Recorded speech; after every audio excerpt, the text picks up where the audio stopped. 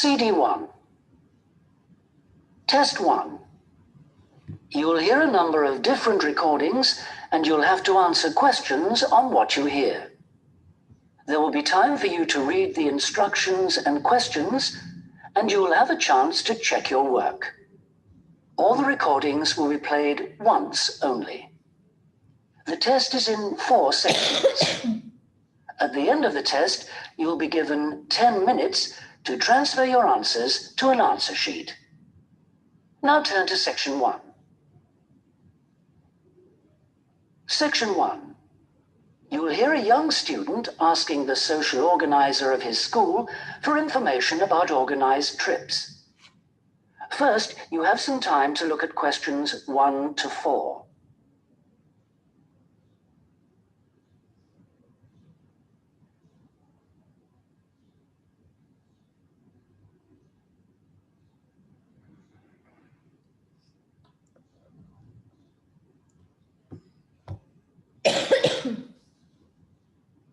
You'll see that there is an example which has been done for you. On this occasion only, the conversation relating to this will be played first. Good morning. Good morning. How can I help you? I understand that the school organizes trips to different... Yes, we run 5 every month. 3 during weekends and 2 Wednesday afternoon trips. There are 5 trips every month, so 5 has been written in the notes. Now we shall begin. You should answer the questions as you listen because you will not hear the recording a second time. Listen carefully and answer questions 1 to 4. Good morning. Good morning. How can I help you? I understand that the school organizes trips to different... Yes, we run 5 every month. 3 during weekends and 2 Wednesday afternoon trips. What sort of places? Well, obviously it varies, but always places of historical interest, and also which offer a variety of shopping because our students always ask about that. And then we go for ones where we know there are guided tours because this gives a good focus for the visit. Do you travel far? Well, we're lucky here, obviously, because we're able to say that all our visits are less than 3 hours drive. How much do they cost? Again, it varies. Between £5 and £15 a head, depending on distance. Uh-huh. Oh, and we do offer to arrange special trips if, you know, there are more than 12 people. Oh, right. I'll keep that in mind. And what are the times normally? We try to keep it pretty fixed so that students get to know the pattern. We leave at 8:30 a.m. and return at 6 p.m. We figure it's best to keep the day fairly short. Oh, yes. And how do we reserve a place? You sign your name on the notice board. Do you know where it is? I saw it this morning. And we do ask that you sign up 3 days in advance, so we know we've got enough people interested to run it, and we can cancel if necessary, with full refund, of course. That's fine, thanks. Before you hear the rest of the conversation, you have some time to look at questions 5 to 10.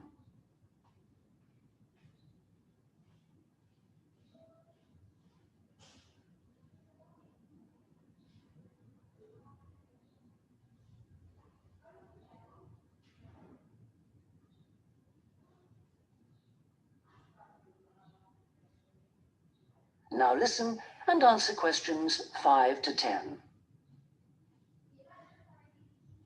And what visits are planned for this term? Right, well, I'm afraid the schedule hasn't been printed out yet, but we have confirmed the dates and planned the optional extra visits, which you can also book in advance if you want to. Oh, that's all right. If you can just give some idea of the weekend ones, so I can, you know, work out when to see friends, etc. Oh, sure. Well, the first one is St. Ives. That's on the 13th of February, and we'll have only 16 places available because we're going by minibus. And that's a day in town with the optional extra of visiting the Hepworth Museum. All right, yeah, that sounds good. Then there's a London trip on the 16th of February, and we'll be taking a medium-sized coach, so there'll be 45 places on that. And let's see, the optional extra is the Tower of London. Oh, I've already been there. After that, there's Bristol on the 3rd of March. Where? Bristol, Bristol. Okay. That's in a different minibus with 18 places available. Oh, and the optional extra is a visit to the SS Great Britain. Okay. We're going to Salisbury on the 18th of March, and that's always a popular one because the optional extra is Stonehenge. So we're taking the large coach with 50 seats. Oh, good. And then the last one is to Bath on the 23rd of March. Oh, yes. Is Bath the Roman city? Yes, that's right. And that's in the 16-seater minibus. And where's the optional visit? It's to the American Museum. Well worth a visit. Okay, well, that's great. Thanks for all that. My pleasure. Oh, by the way, if you want more information about any of the trips, have a look in the student newspaper. Okay. Or have a word with my assistant. Her name is Jane Yentob. That's Yentob.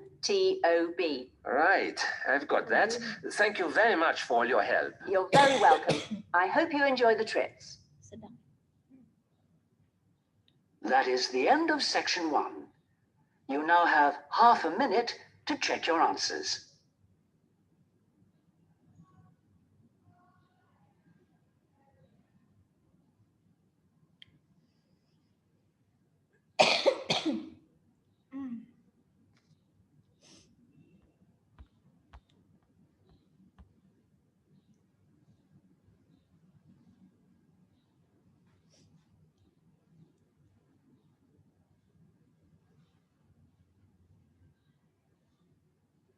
Now turn to section 2.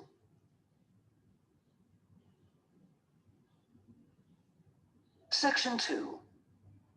You'll hear a tour guide giving a talk about a museum centre called Riverside Industrial Village. First, you have some time to look at questions 11 to 13.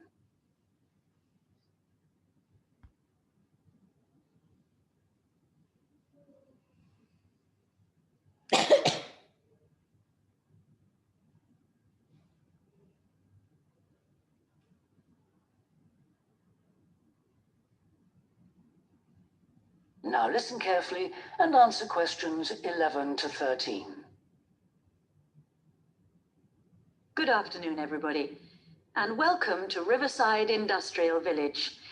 To start your visit, I'm just going to give you a brief account of the history of the museum before letting you roam about on your own. I won't keep you long, okay? Now, from where we're standing, you've got a good view of the river over there. And it was because of this fast-flowing water that this site was a natural place for manufacturing works. The water and the availability of raw materials in the area, like minerals and iron ore, and also the abundance of local fuels like coal and firewood, all made this site suitable for industry from a very early time.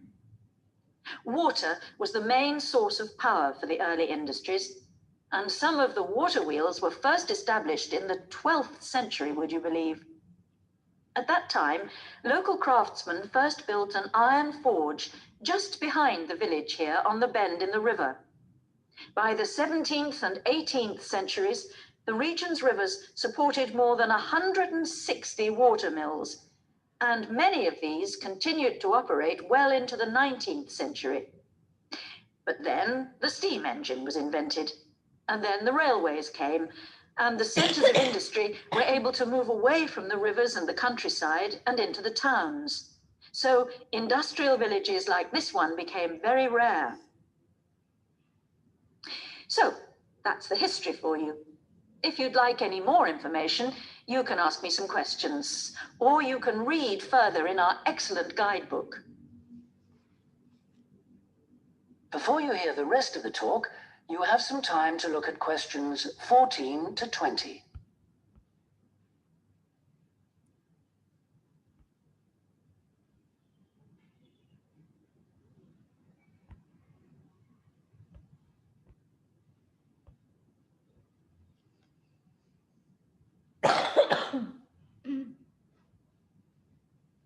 Now listen and answer questions 14 to 20.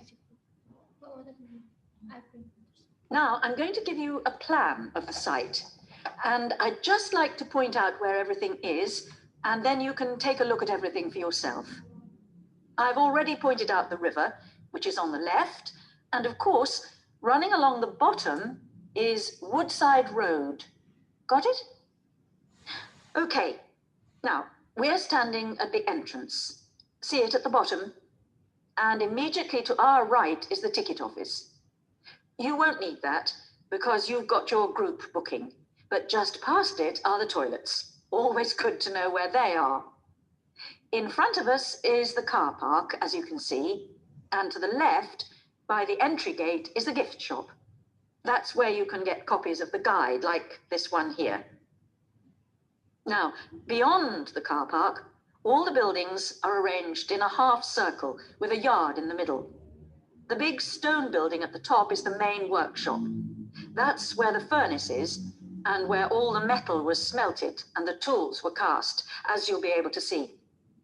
Now, in the top right-hand corner, that building with bigger windows is the showroom, where samples of all the tools that were made through the ages are on display. In the top left corner is the grinding shop, where the tools were sharpened and finished. And on one side of that, you can see the engine room, and on the other is the cafe, which isn't an antique, you'll be pleased to know, though they do serve very nice old-fashioned teas. The row of buildings you can see on the left are the cottages. These were built for the workers towards the end of the 18th century, and they're still furnished from that period, so you can get a good idea of ordinary people's living conditions. Across the yard from them, you can see the stables, where the horses were kept for transporting the products. And the separate building in front of them is the works office, and that still has some of the old accounts on display. Right, if anyone wants a guided tour, then I'm starting at the engine room. If you'd like to come along this way, please, ladies and gentlemen. That is the end of section 2. You now have half a minute to check your answers.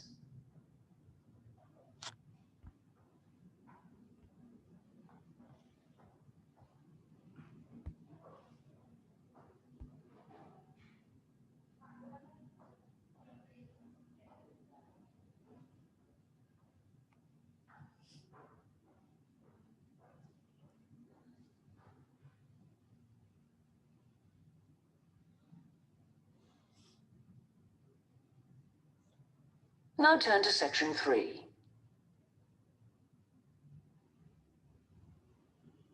Section 3. You'll hear Melanie, a student, talking to one of her lecturers about her studies. First, you have some time to look at questions 21 to 27.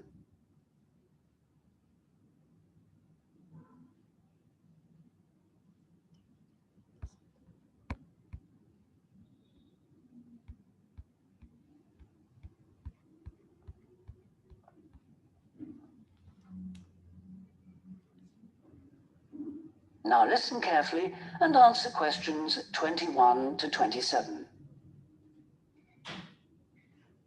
Excuse me, Dr. Johnson. May I speak to you for a minute? Sure, come in. I'm Melanie Griffin. I'm taking your course in population studies. Right. Well, Melanie, how can I help you? I'm having a bit of trouble with a second assignment, and it's due in 12 days. What sort of trouble are you having?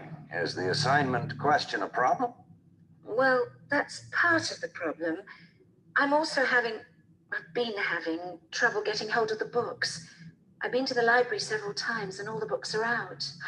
Sounds like you should have started borrowing books a bit earlier. Well, I had a really big assignment due in for another course, and I've been spending all my time on that, and I thought... You might get an extension of time to finish your assignment for me? If that's possible, but I don't know... Well, yes, it is possible, but extensions are normally given only for medical or compassionate reasons. Otherwise, It's really a question of organizing your study. And we don't like giving extensions to students who simply didn't plan their work properly. What did you get for your first assignment? I got 87%. Yes, you did very well, indeed. So obviously you can produce good work. I don't think I'll need too much extra time, as long as I can get hold of some of the important references. Well, since you did so well in your first assignment, I'm prepared to give you an extra 2 weeks for this one. So that'll mean you'll need to submit it about a month from now. Oh, thank you. Now, what about the reading materials? Have you checked out the journal articles in the list? No, not yet. There were about 20 of them, and I wasn't sure which ones would be most useful or important. Well, they're all useful, but I don't expect anyone to read them all because a number of them deal with the same issues. Let me give you some suggestions. The article by Anderson and Hawker is really worth reading. Right, I'll read that one. You should also read the article by Jackson, but just look at the part in the research methodology, how they did it. Okay, Jackson. Got that. And if you have time, the one by Roberts says very relevant things, although it's not essential. So, okay, if it's useful, I'll try and read that one. Now, the one by Morris, I wouldn't bother with that at this stage if I were you. Okay, I won't bother with Morris. Oh, now, someone told me the article by Cooper is important. Well, yes, in a way. But just look at the last part where he discusses the research results. And lastly, there's Forster. I can't think why I included that one. It's not bad and could be of some help, but not that much. Before you hear the rest of the conversation, you have some time to look at questions 28 to 30.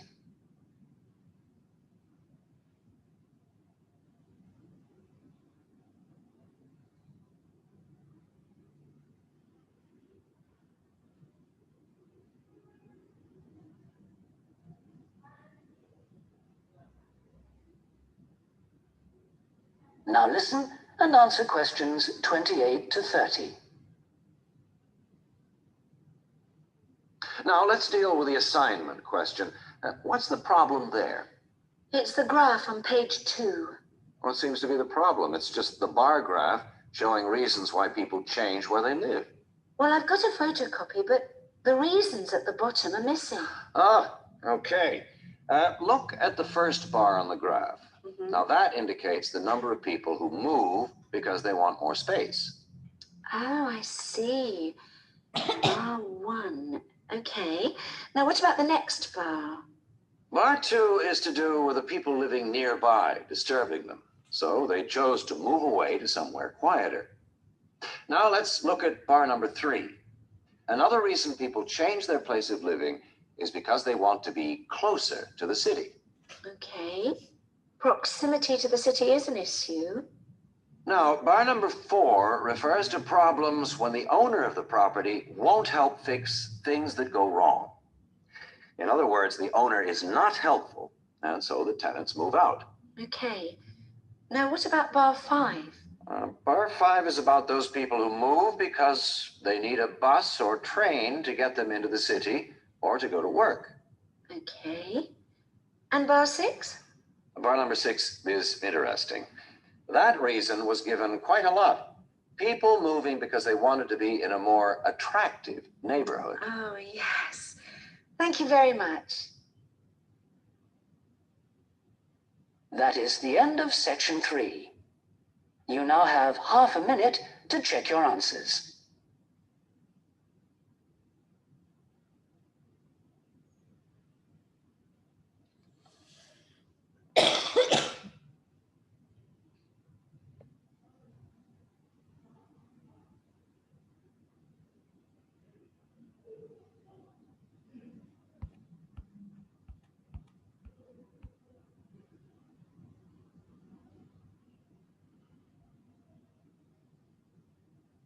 Now turn to section 4.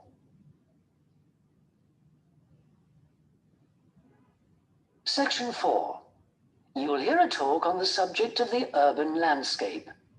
First, you have some time to look at questions 31 to 40.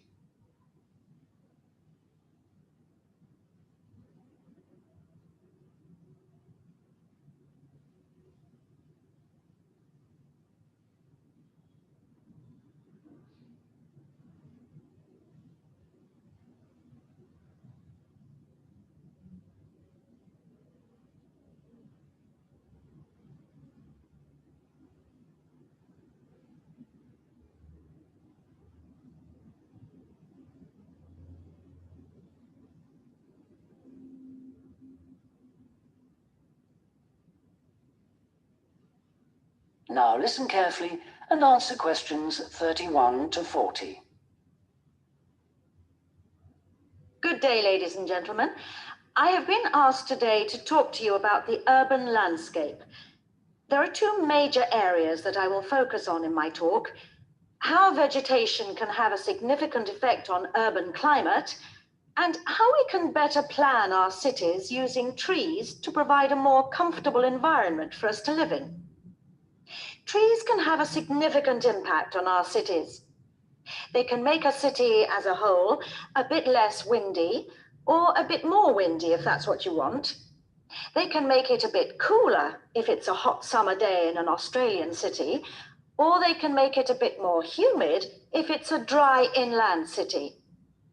On the local scale, that is in particular areas within the city, trees can make the local area more shady, cooler, more humid, and much less windy. In fact, trees, and planting of various kinds, can be used to make city streets actually less dangerous in particular areas. How do trees do all that, you ask?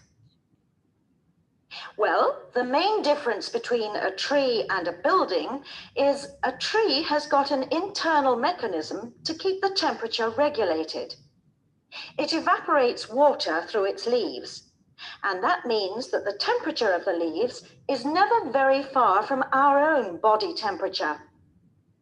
The temperature of a building surface on a hot sunny day can easily be 20 degrees more than our temperature.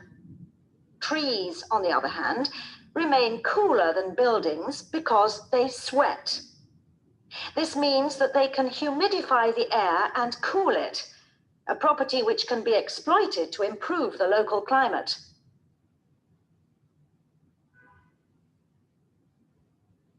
Trees can also help break the force of winds. The reason that high buildings make it windier at ground level is that as the wind goes higher and higher, it goes faster and faster. When the wind hits the building, it has to go somewhere. Some of it goes over the top, and some goes around the sides of the building, forcing those high-level winds down to ground level. That doesn't happen when you have trees. Trees filter the wind and considerably reduce it, preventing those very large, strong gusts that you so often find around tall buildings. Another problem in built-up areas is that traffic noise is intensified by tall buildings. By planting a belt of trees at the side of the road, you can make things a little quieter, but much of the vehicle noise still goes through the trees. Trees can also help reduce the amount of noise in the surroundings, although the effect is not as large as people like to think. Low-frequency noise in particular just goes through the trees as though they aren't there. Although trees can significantly improve the local climate, they do, however, take up a lot of space. There are root systems to consider, and branches blocking windows and so on. It may therefore be difficult to fit trees into the local landscape. There is not a great deal you can do if you have what we call a street canyon, a whole set of high-rises enclosed in a narrow street. Trees need water to grow. They also need some sunlight to grow, and you need room to put them. If you have the chance of knocking buildings down and replacing them, then suddenly you can start looking at different ways to design the streets and to introduce. That is the end of section 4. You now have half a minute to check your answers.